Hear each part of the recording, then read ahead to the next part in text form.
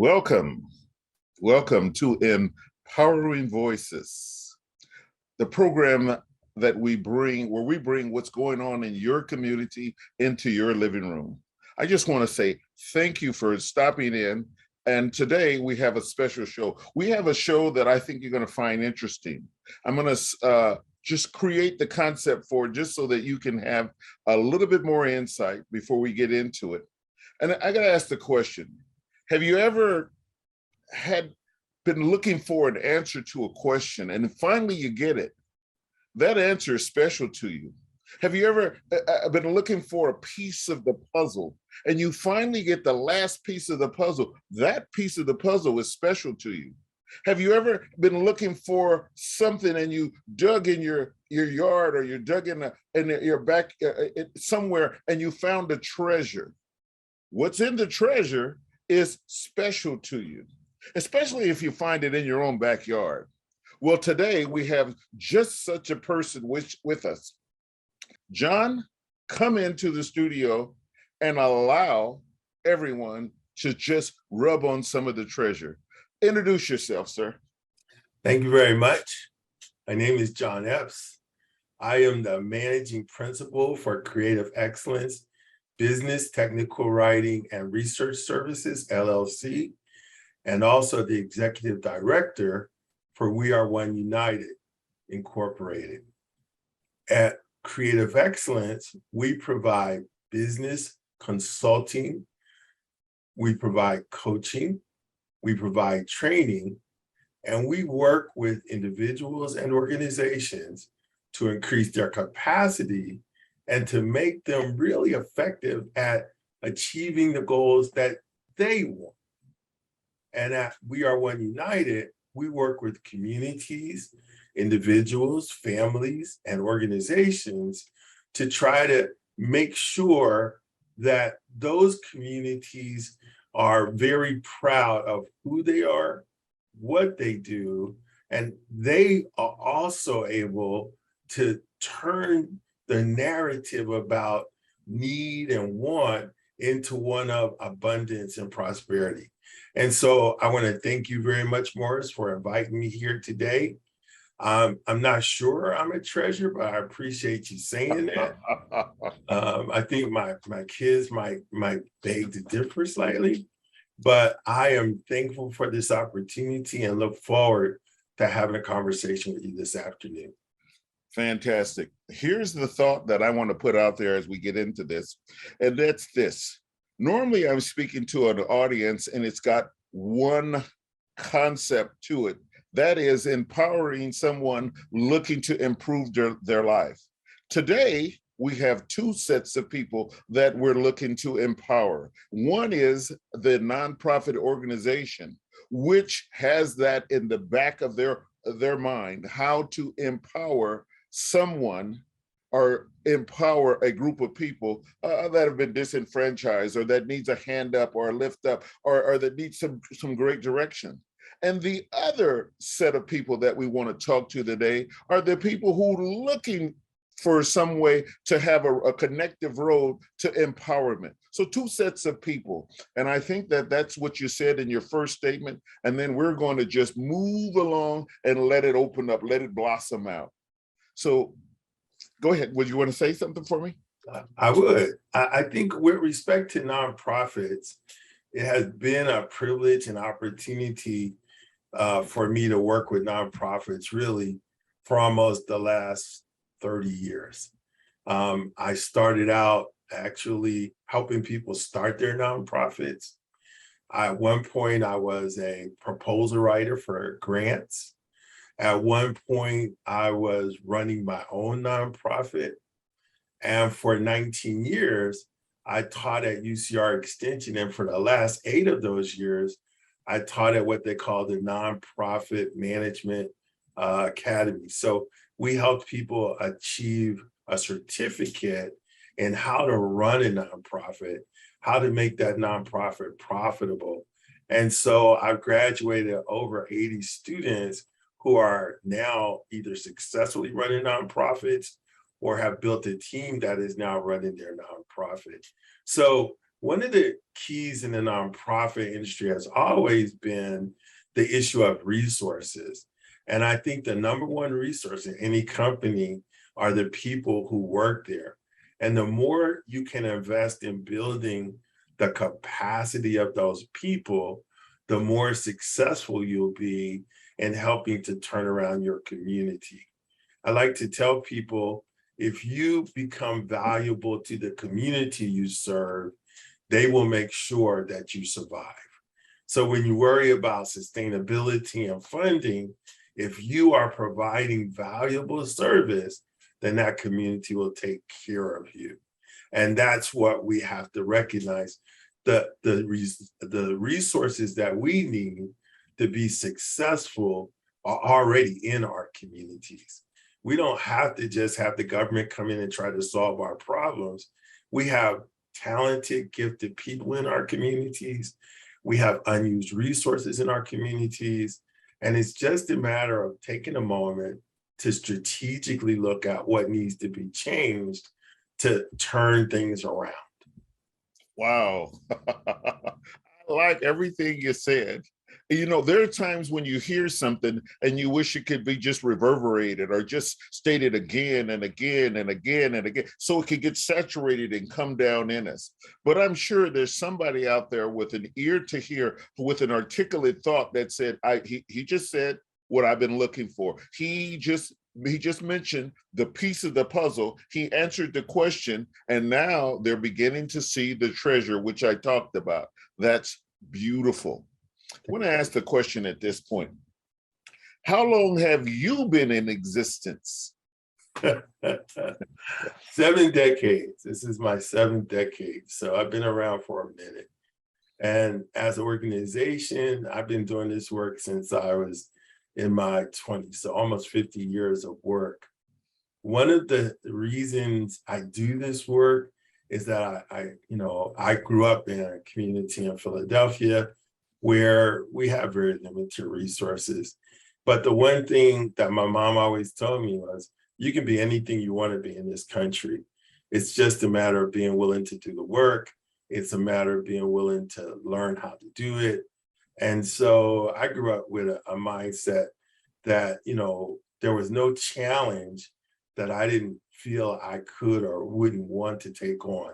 So I've always had a growth mentality, some people call it, where I just think that if you see a need, if you see something that needs to change, then rather than spend a lot of time, energy, and effort complaining about it, do something about it. And often you'll find that you will make mistakes, but making mistakes is how we learn. So, don't be afraid to make mistakes. I think when we were in school, we got that mentality that you don't want to raise your hand because you don't want to be the one who had the wrong answer. But that's the only way that you find out if it's the right or the wrong answer. So I just think this work that I do, that old saying, if you love what you do, you never work another day in your life. I've been blessed probably for 3 or 4 decades not to feel like I actually have to work. Well, you said about 3 things I want to pull in here. One, you touched on mom. That's the center. That's the base. I like that. And then you said, if you love what you do, you don't have to work. I spoke that to my daughter. I said, when you're doing what you really like, what you're passionate about, it's not work, it's expression. And then you also said, when you make a difference. And that's one of the things that I love about this program, because we're trying the best we can to make a difference in someone's life. And it's been my understanding, you just stated it, when you make a difference, you improve someone's life. I like that. I'm appreciative of that. And again, someone out there has just heard a piece of the puzzle. They've got the answer question, and they've seen a little bit more of the treasure. And then you said something, I want to bring it out. I want to just lift it up. Passion. How did you develop your passion to do this? How did you get into, some people is operation, and then for other people, it's just express. How did you get into this? I think for me, it was a combination of, I had folks around me who were passionate, who did the work. I grew up in the 60s. I got to see Dr. King, and I got to see many of the people who have shaped our culture.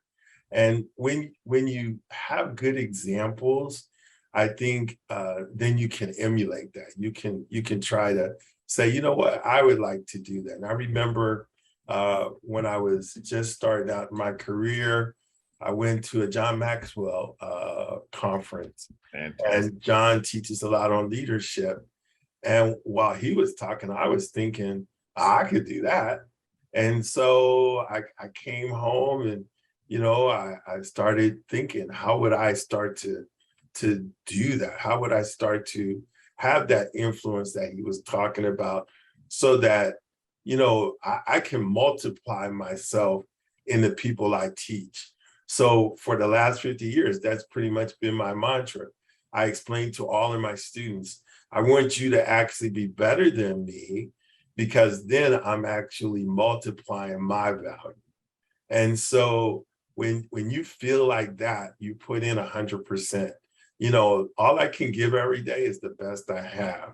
Too often, I think we want to be perfect, or we want to be, the best in the room. All I can do is be the best me in the room. And if I control that, then I think I add value to people. And that's one of the things that Maxwell said that really stuck in my mind, that every day I want to add value to the people that I meet today. That's why I'm here on this show, because I think this is an opportunity to add value to people who are listening. Wow. She said another nugget, another piece of the puzzle, another answer to a question. I want to bring it out like this.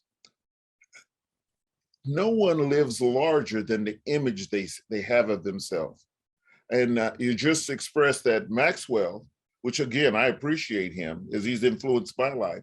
He enlarged your vision of yourself, and now you're enlarging other people's vision of themselves so that they can be empowered. That's what this program is all about, trying to get someone from where they are to where they want to go, giving them a pathway, an avenue. Now I got to come to another question, and this one I'm really passionate about. There are so many challenges when a person is trying to make that trick, trying to go from where they are to where they need to go. There's so many challenges. And you mentioned one of the persons that met some of them, Martin Luther King. And then there's others. We could drop names all day long. How did you not allow the challenges to stop you, but to continue going? I mean, 3 decades, that's a lot of time. People give up along that road. I think I can answer your question by telling a little bit of my story. As I said, I'm from Philadelphia, and there was a kind of, they call them inflection point, right? There's a place in your life where you got to decide, am I going to go left or am I going to go right? And at that time in my life, I decided I needed to make a radical change. And so I left Philadelphia, moved to California. I was in a hotel room on the night when Magic Johnson announced he was HIV positive. And I remember how I felt, how much we were about to lose by having this talented person's life go away. Because at that time, we thought if you had HIV, it wasn't a matter of if you were going to die, it was just a matter of when you were going to die. And so as I looked at Magic and thought about what we could do, I looked out of my window at the hotel. I was in Anaheim, California, and there's a building there called the Crystal Cathedral. And there's just this, it was in the fog, and here's this light, it's just this shining light of possibility. And I remember something the founder of that organization, Robert Schuller, said. He said, be a possibility thinker. I think too often we are limited thinkers. We think in terms of what we cannot do, what we don't have enough money for, what we're not smart enough, we don't have the degree. what Robert Schuller did. He started out teaching in a drive-in theater and turned it into that building. So I decided I wanted to be a possibility thinker also. So even today, one of my good friends back early in my career used to say, John, you have to understand what makes you different. You jump out of the 9th-story window, and then you think about now what's going to happen when I get to the ground. Most people won't go out the window. So I just have never hit the ground. I jumped out of the window and I'm still going up. So if you have that kind of faith in who you are and what you do and who you serve, then I think that makes a big difference in when people tell you what you can't do. That's a challenge to me to try to find a way to make sure we get it done.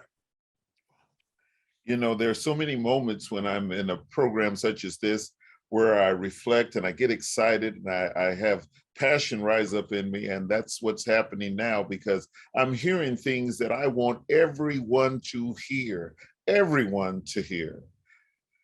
I'm going to ask you another question. I want to move this along just a little bit more because, I mean, you said so many things that are, again, like I say, pieces of the puzzle, answers to question, and treasures to someone. But here's the thought that I want to put out there.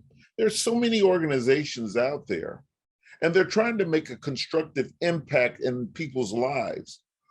How would I know yours from theirs? I mean, after a while, there's a blur, and what makes you distinctively different? I think we benefit from a couple of different things. One, I've been in the people development business for a long time. So I invest in others and I want to make sure that they recognize that investment.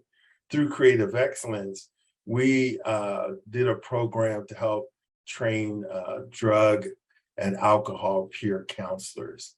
And one of the things that I think my job is to help them understand that everybody deserves a second chance. Everybody can change the trajectory of their life if they're willing to do the work.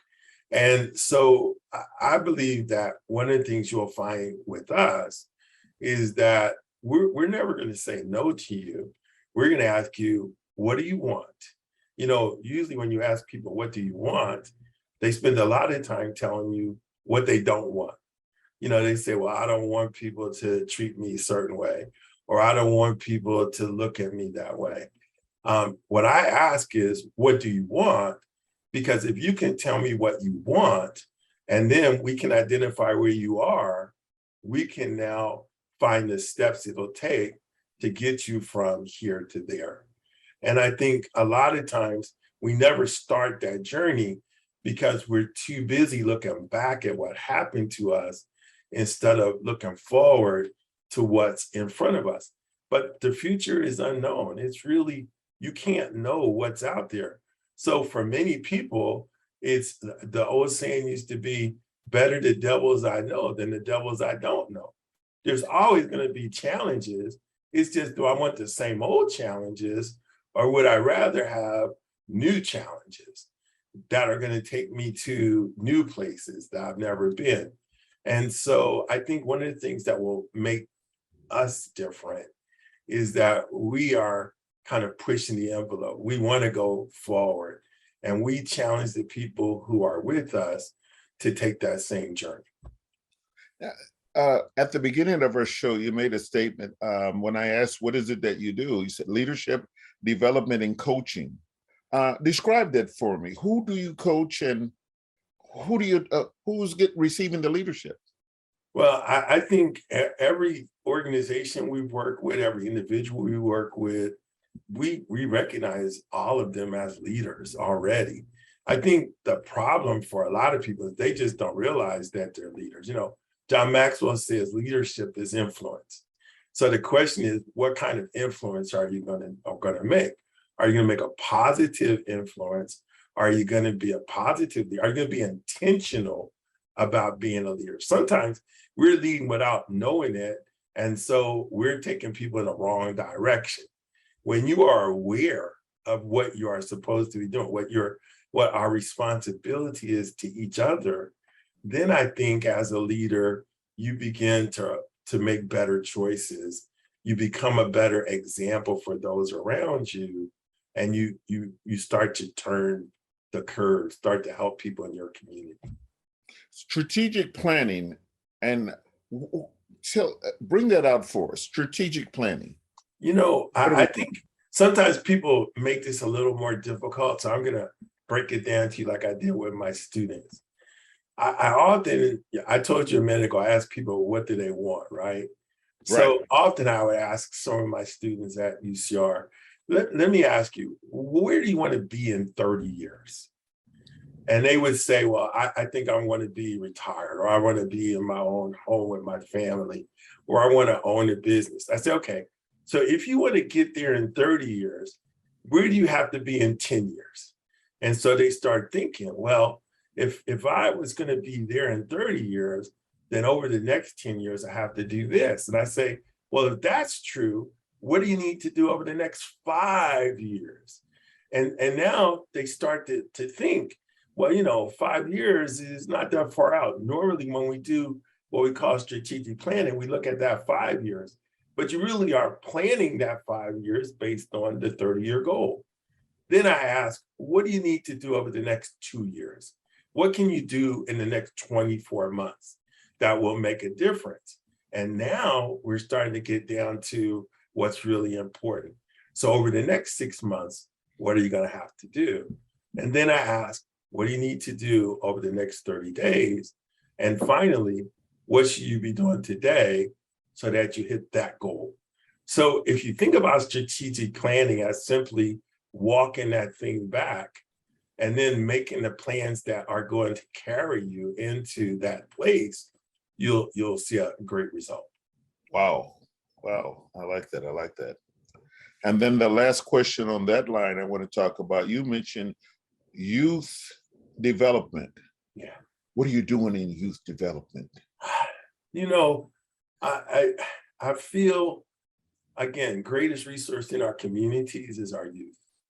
I think that young people, they bring energy, they bring brilliance. I think sometimes we haven't put them in environments that help them to nurture and grow those things. A lot of times they feel that people don't care about them.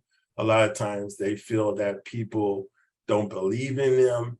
So what we try to do in our youth development programs is first and foremost, establish that we do care legitimately, authentically about each and every one of them, no matter what their background is, no matter what kind of trauma or journey they've been on. And then secondly, we really work with them to understand that they are capable of making the choices that will shape their future. Even, I believe that every young person, no matter what their abilities are, whether they have some functional needs issues, whether they are, have a learning disorder, that you know what, you are here for a very specific purpose, and those things will help you to reach that goal. They're not impediments, they just steer you in a different direction. And so I look at each and every one of them as those pieces to the puzzle you were talking about. And when we recognize that you need all of the pieces, not just the ones that are shiny and bright, too often we chase after the bright stuff. We want the bling, we want that thing that catches the eye.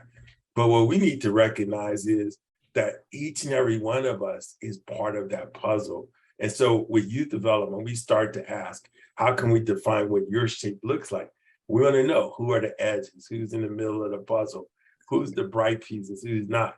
When you put all the pieces, light and dark together, large and small together, now you get a great mosaic, a good picture of what we can be together.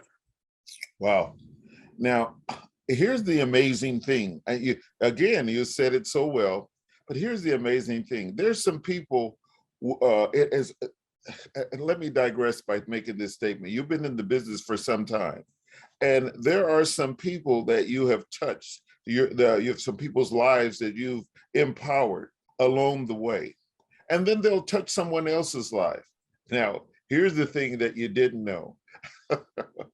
Erlinda, my co-host, has been in, her life was improved by your program, one of the programs that you've been in. And then she came along and touched me. And now I'm here trying to touch other people's lives. You see what you just said? It's just amazing. You just said that, and here it is happening right in front of our eyes. So I'm going to say again, thank you for empowering someone and letting it travel forth, letting it go. You did it when she was at a very young age, and here we are now, and it's still going on. There's another thought that I want to touch on there, that the youth are very important because they're going to be at the forefront tomorrow, but we need to look at them today. And I remember, I recall there was a time when the youth were, whenever there was a family meeting, the youth had their own separate table. And then there was another group of people who said, no, the youth need to be at the table with the adults so that they can know what adults do when they become adults. And that's what you just said. The youth need to be at the table with the adults so that they can know what they're supposed to do, going to do, and what's needed from them when they become adults. I want to say thank you for that. That's a very strong statement. Thank you. Now we come to another question that I think is fascinating. What's the blessing for someone wanting to come along and join you? I mean, you can't be a lone ranger, a lone stranger. You need other people in your arsenal. How does somebody come along and help you? And what's the blessing if they come along and help you? Well, I think, first of all, getting in touch with me is pretty easy. If you just look for creativeexcellenceleadership.com, or if you go to We Are One United innovation.org, you can find us. We're there. We're on the web like everybody else, right? You can't be in the 21st century and not be on the web. But I think the blessing from my perspective is we're going to try to find out where you want to go.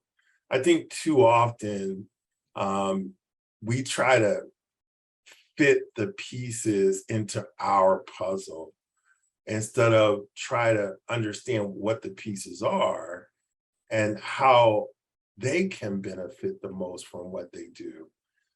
So I think joining us, the blessing is we're gonna try to figure out what you want, how you wanna be kind of positioned in all of this work, and then be flexible enough to try to move you forward. Sometimes those people move with us, and sometimes those people move on from us, but we will always be there for them regardless. And so what we try to do is, again, develop the whole person. We recognize that, when you mention coming to the table with the family, that, we have ancestors, we have a heritage, we have a history. Again, we have nothing to apologize for. I remember I was talking to a group of really young kids one day, and that I was fortunate to be talking to them during Black History Month. And one of the kids said, well, what do you think about the slaves? And I said, let's clarify. There is no such thing as slaves.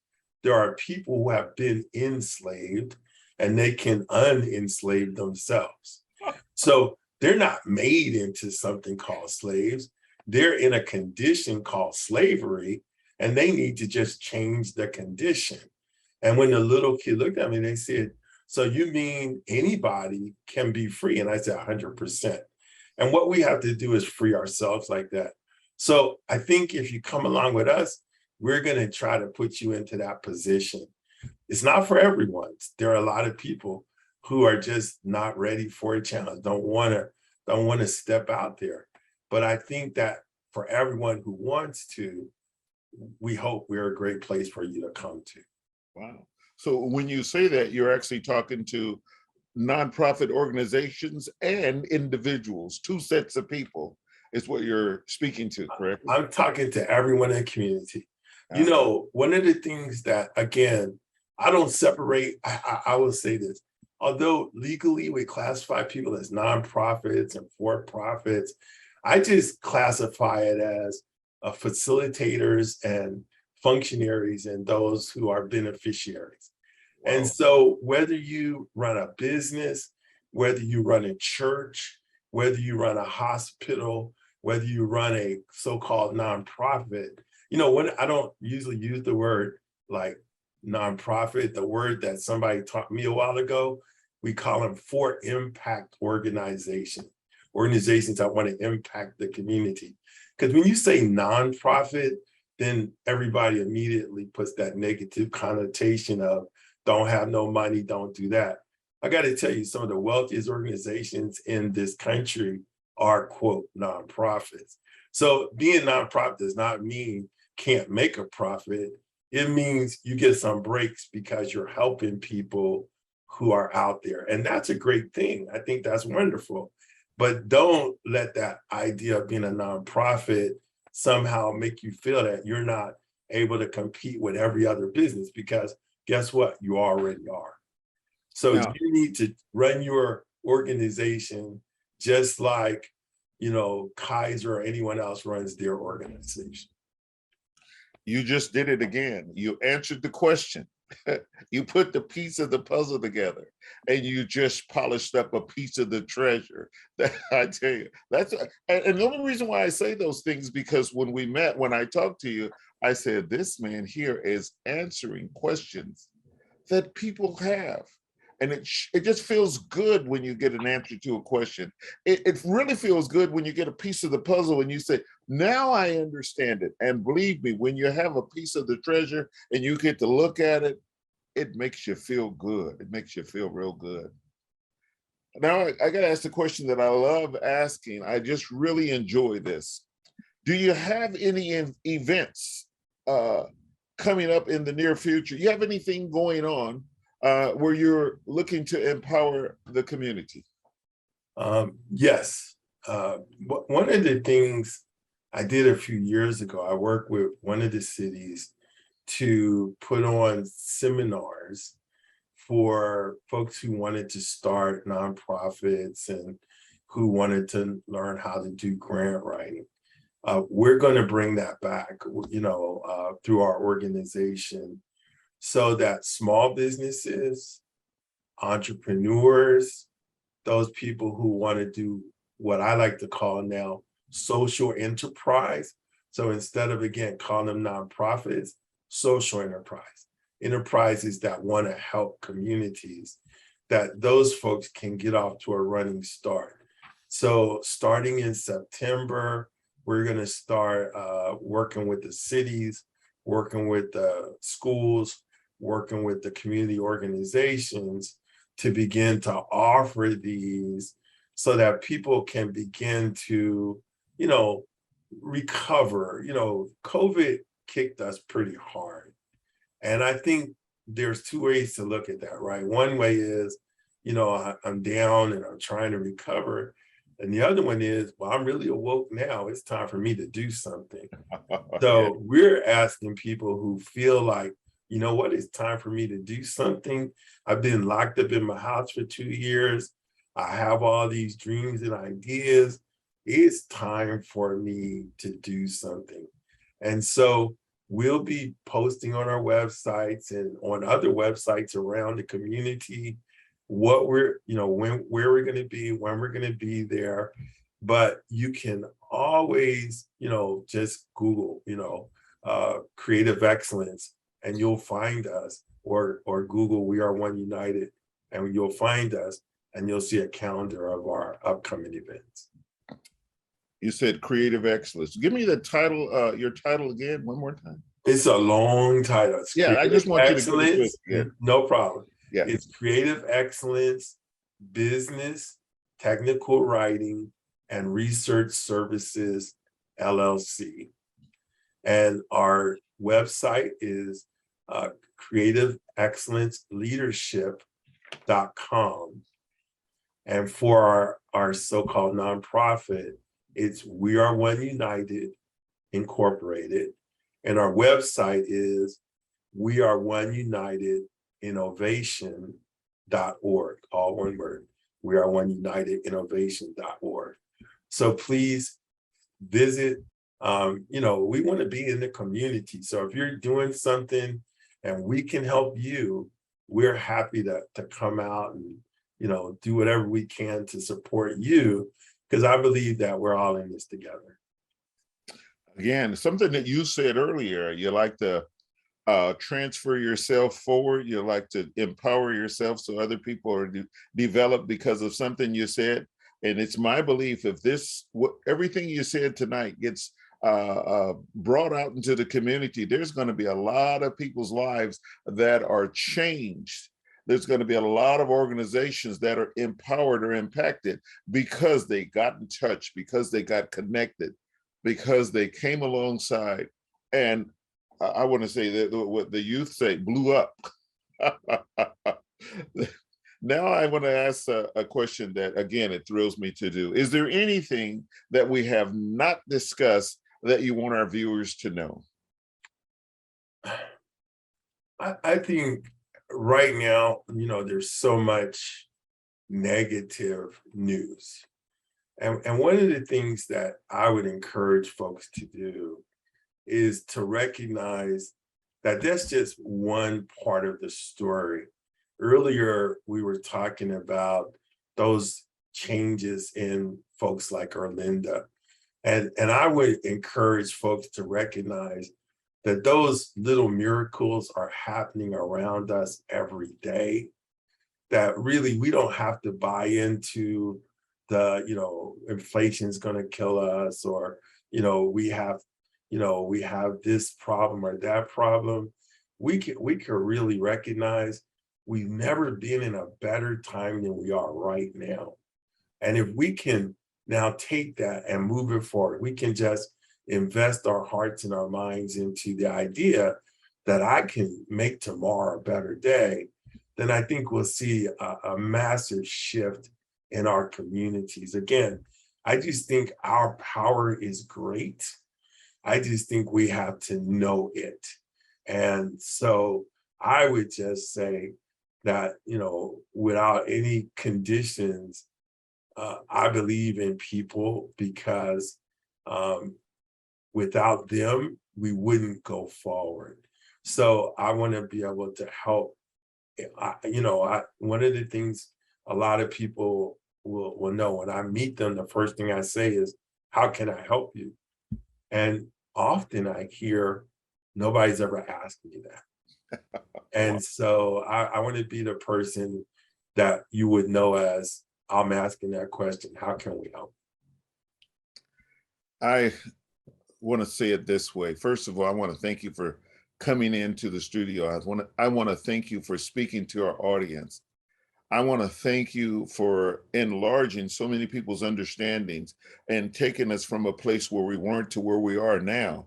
We have a better understanding about what it is that you do and what it is that they can do.